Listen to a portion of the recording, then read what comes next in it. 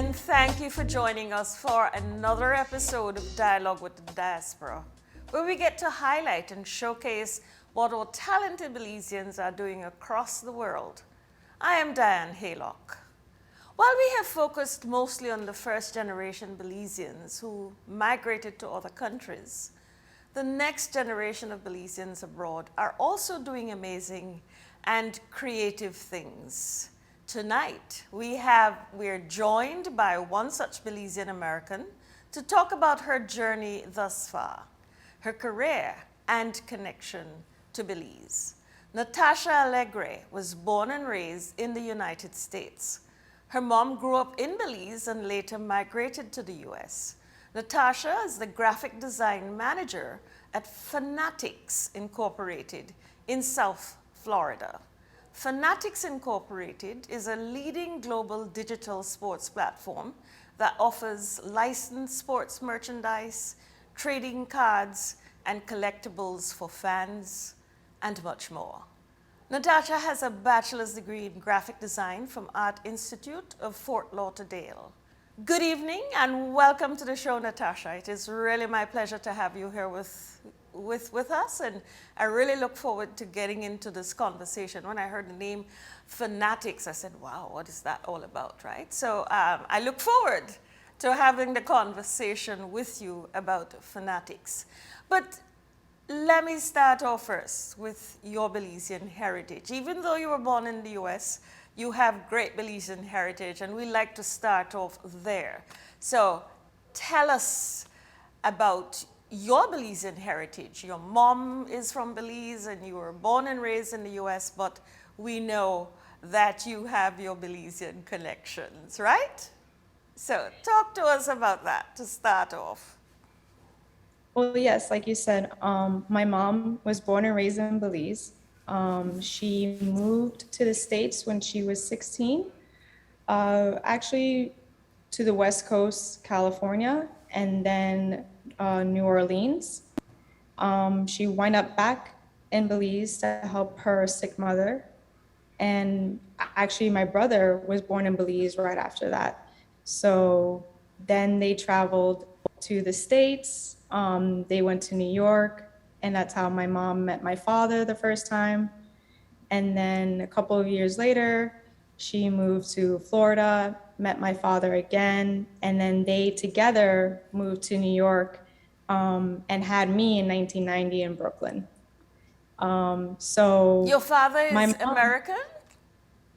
yes, my father's actually from Portugal, and my mom and my dad met actually because of her mother when they visited in New York.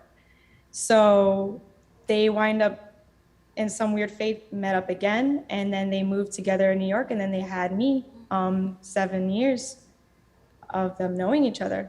And then I was born and raised in Brooklyn, but it never stopped me from visiting Belize. My mom made sure that we always go to Belize around Easter time, spend time with family. She has relatives, brothers and sisters and cousins that still live there. And Natasha, always tell me, tell us your mom's name, because you know our audiences, I'm sure, would love to know who's your mom. It's Lisbeth Nisbet is her name, and then her sibling is James Nisbet. Right, and James is quite well known to a lot of us. Yes, and then her sister is Donna Fonseca. Okay, great, excellent. So that situates us some into your family connections. I'd like to ask you, has your Belizean heritage played any role in shaping who you are today? Oh, yes. Actually, my mom made sure that anything that she learned in Belize or the way she was raised or brought up, that she never let her roots far from where she was born. She made sure that me and my brother worked hard. We knew the value or appreciate the value of money, and make sure whatever we had dreams, that there was no limitations, and that she supported both of us all the time until this day. So I do have to thank her for that, because I've always worked around the house constantly. So what are those things that make you say, you are a Belizean American and not just an American. What are some of those defining things? Well, the defining things I would say is just the music. My mom was so big on the culture of the music and the food. My mom made sure that she fed us Belizean dishes all the time. Always make sure that we know calypso, soca, reggae, all that music, and just even just the upbringing and just passion that Belize and the population as together hold. They're like a family. So my mom always made sure that she knew her neighbors. She made sure that we knew everyone around us and make sure we built that connection and just treat each other equally and as family as well. You know, my mom says you get more bees with honey than you do with vinegar. So that was always something that was brought up to us growing up. How often do you come home or Um, come to Belize? Definitely, I try to come at least once a year. When I was little, we always came, like I said, around Easter time for like a week, and then sometimes the summer for 2 weeks to spend time with my cousins. And during my college years, I wasn't able to come every year. So there was a good period of time where I wasn't able to, but I was focusing on my goals. But after getting to where I'm at right now, I do come to Belize once a year to visit family and enjoy and appreciate the culture even more. Let's talk now about your career and your journey towards that. Tell us a bit more about what you do at Fanatics and how your career has really progressed there. So my career has progressed 8-year journey. So I started as like a production artist, which is kind of like a low start as a graphic designer when you get into the career. And now I'm a graphic design manager. So within that, I did a little dabbing in marketing at first when I started, and then I was transferred into the production where I make memorabilia artwork. A lot of the artwork is signed by athletes, and they're a limited edition to be 50 to 200 or more. Uh, After that, there's other projects that we come up with for Super Bowl, NBA Finals, Stanley Cup. I also dab into creating those designs and those artwork as into frames, plaques, jersey collages, mean like there'll be a jersey with the artwork and everything. These items can range to $50 to a couple of thousands of dollars. At the end of the You mean day, per item you're talking per about? item, yes, per No, item. no, no, no. I don't understand that. Tell me a little bit more. Like, give me an example of a particular product and what it would cost. I So can't basically, wrap my head around that, Natasha.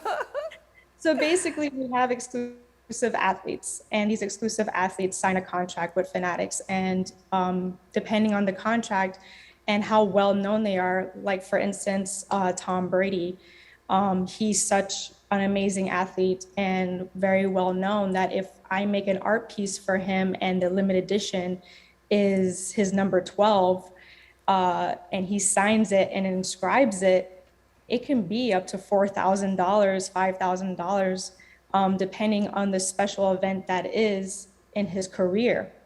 So if he wins the Super Bowl, as you can see, he's a 7-time Super Bowl athlete, that is like over $1,000 piece. And if he keeps winning and he keeps playing, the prices are just going to keep going up. So that's what I do. I make the artwork, I make the athletes look really good, and I make the fans want to buy. So you make it from scratch, you come up with the creative ideas and do it all the way to taking it then to the production part of it? Yes, up to the point where I'm in the warehouse and I'm making sure that the design is coming out flawless. I'm making sure there's no hiccups, words and names are spelt correctly. It fits into the frame and sent out to the fans exactly how they see it online. And people are buying this stuff. They're paying those Oh, thousands of dollars and paying yes. for them. Yes, that Mike Tyson piece that you see right there with the it's called It's called the Hall of Fame Glory Days. That piece right there, I made one for Peyton Manning, and it was a limited edition of his number, sold out within 40 minutes. The sales guys sold it in 40 minutes, and I think they How many sold it pieces are you for, talking about?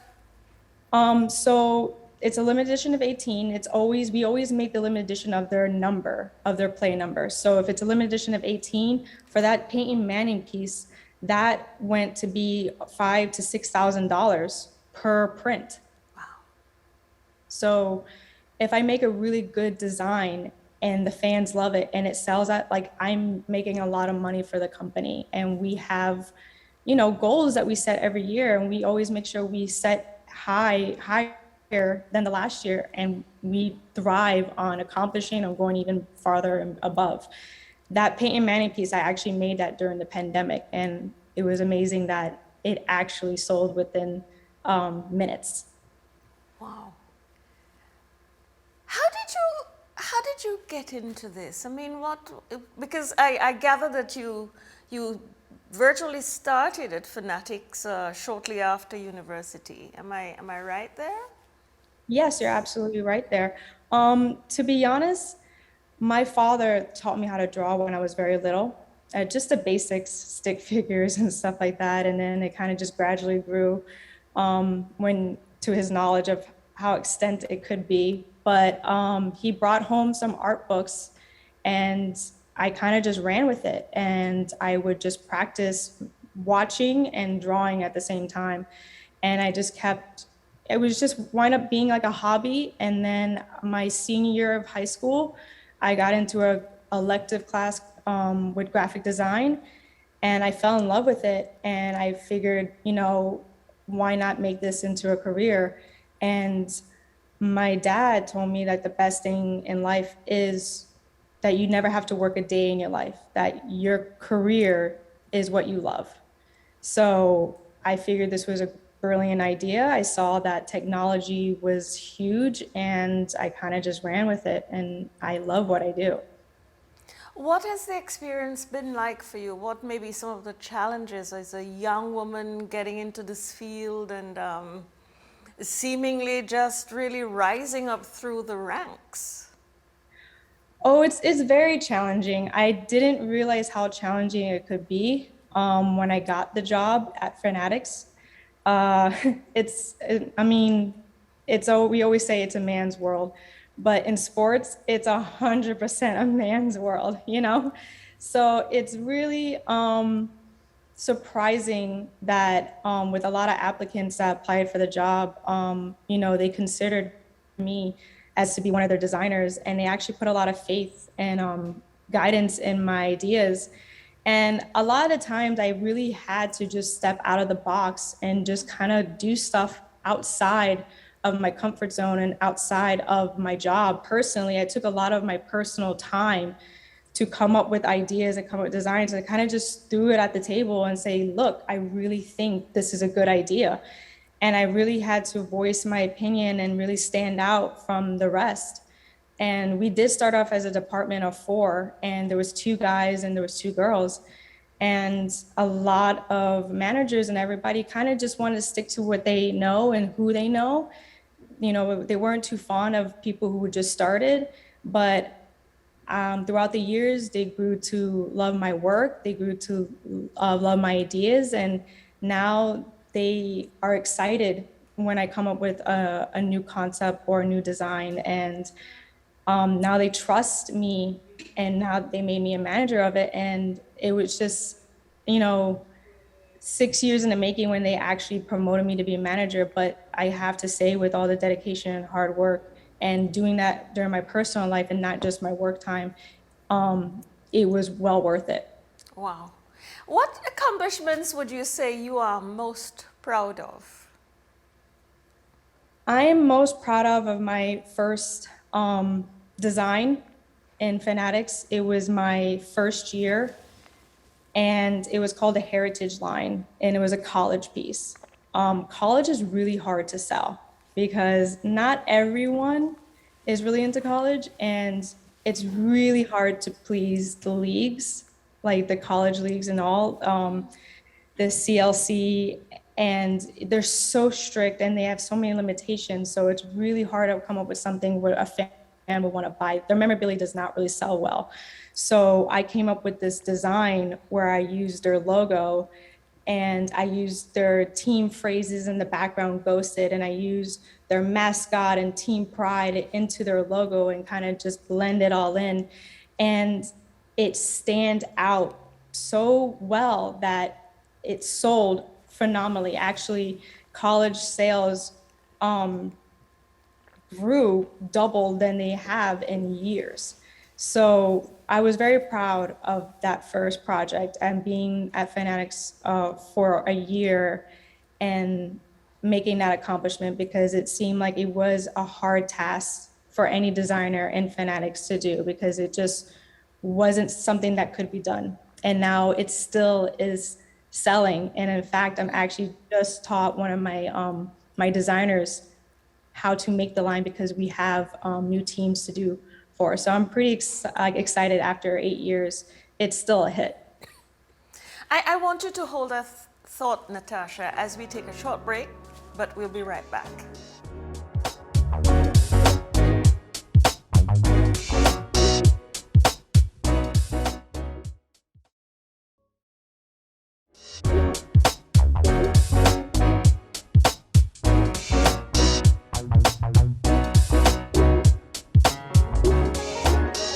Welcome back to Dialogue with the Diaspora. Diane Haylock here with you again. And tonight I have the pleasure of speaking with Natasha Alegre, a Belizean-American creative living in South Florida. For talented Belizean creatives residing in country, Natasha, they may feel like it's hard to realize their true potential. But thanks to new and evolving technologies, geographical barriers have been broken down, and the world can be at your fingertips in this field of graphic design. Tell me, in your view, how can Belizean creatives take great advantage of the technology to advance their careers? To be honest, I really, the one thing that stood out to me is connection. It boils down to what I said in the beginning, or what my mom was talking about, family and connecting, and, getting to know your neighbors or anybody, is genuinely taking that time and just appreciating the people around you. You never know when you're going to find an open door that's going to lead you to where you want to go or what you want to do. I used to be a shy girl, and I used to not want to talk to anybody else, or only just immediate family. But I broke out of that barrier, and I realized how important it is to connect with people.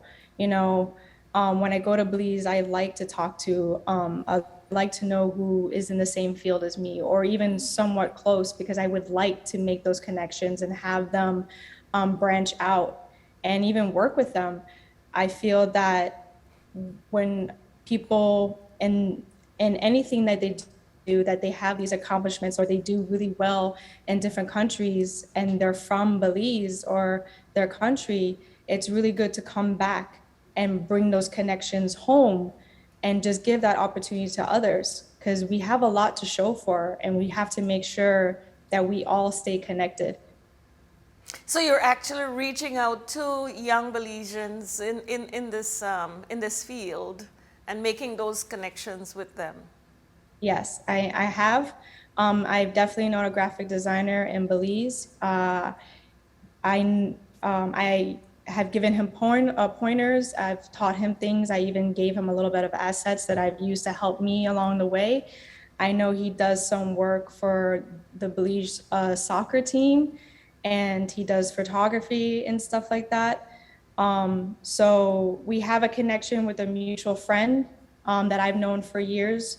So I've given my information, my Instagram, social media, in any way possible where he can contact me if he ever had questions or concerns, or even just want to know if there's anything he can do in the States, or even bring it back here. I have always given that allow that my door's always open policy, that I'm okay with sharing my knowledge and helping out others. That's wonderful. That's wonderful. What kinds of developments or changes do you believe is necessary in Belize to attract young Belizeans in the diaspora to stay connected or work more collaboratively or even consider residing back in Belize? Well, to be honest, I would love to connect with someone in educational wise department or even with the government to come up with a scenario where if I have the free time from my job to go down to Belize to teach or to even find a way with my company or even with my school that I graduated from to do foundations, to have open organizations where we can supply the technology that they need in order to make their dreams come true in the art world. Because what I feel is that the art is not dead. It's not a dying field, and it's not a poor. You know, you always hear like an artist is always poor or always starving. I don't think that's the case now, because in technology you need work. Like your backdrop is a graphic designer who designs that, and videography, and your ads, your television commercials, and your branding when it comes down to your business, to your apparel, or you know, your cosmetics or your food or your cooking, all that stems from a graphic designer and from an artist that sees your vision and makes it known. So I would love to connect with someone in Belize, in the government or school districts, to kind of help them, you know, broaden their horizons and show, like, in some good faith, that where my mom is from, that I can help them and their dreams do come true. You know, a lot of people don't have that blessing to be able to come to the States, but if I can bring it back to Belize, I would love to do so. Great. Well, I'm sure that some people are listening who this might resonate with, so perhaps something can come of it. What's next for Natasha Alegre? What's next for me is, to be honest, I want to keep growing with the company. You know, I feel like I established a work family here, and I've come so far that I would love to, at the end, become a creative director in this department and just keep helping the company grow. I would love to be able to take these experiences and these learning knowledge that I have, and take it, like I said, take it back to Belize and teach these students and or even adults. You know, it's never too late, and I want to make sure that, you know, when people visit Belize, whether it's a tourist or people who are well known, that they can see that they're evolving in their advertising and their companies and their art, and just kind of just show that we're not stuck in one place, that we're constantly moving forward, we're constantly growing.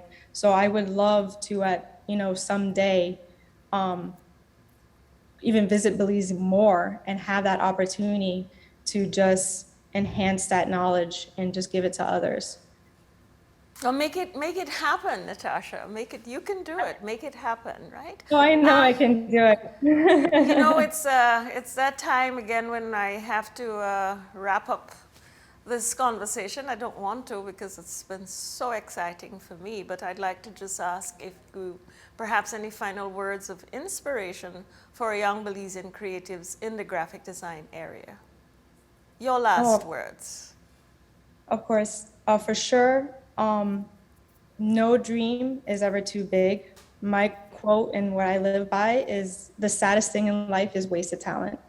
So if there's something that you truly love, go for it. It will always bring you happiness. Never stop. Natasha, it was simply delightful and inspiring talking with you tonight, and we are immensely proud of you. Keep up the great work. Continue to excel in your field.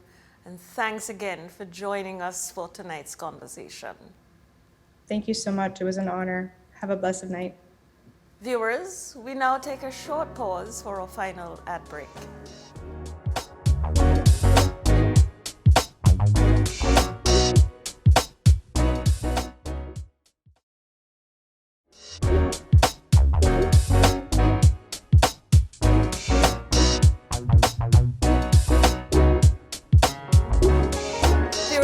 Thank you for staying tuned into Dialogue with the Diaspora.